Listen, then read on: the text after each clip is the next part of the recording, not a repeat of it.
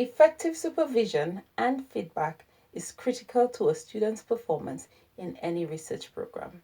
There is diversity in learning, and students require a varied level of support.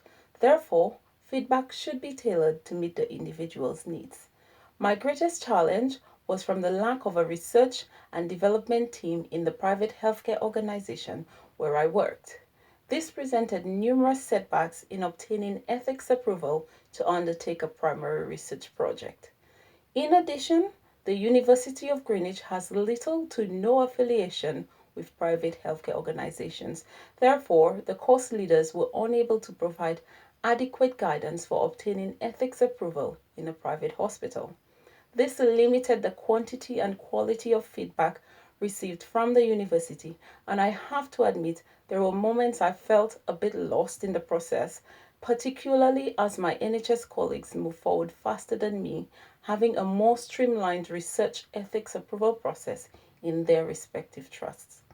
The clinical governance and human resource departments were limited in their knowledge of what to provide me with, and at times withheld pertinent information and feedback which, if given at an earlier time, would have proven more beneficial to my success. However, I received sufficient information, although at last minute, to be granted approval to undertake the research. This was a frustrating experience. Optimal feedback is reliant on the effectiveness of communication between supervisor and student. Fortunately for me, communicating with my project supervisor was very smooth, which opened a channel for the provision of adequate feedback.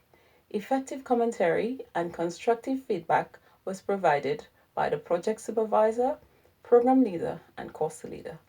To future aspiring novice researchers, I would say beware that some of the processes might not be there for you.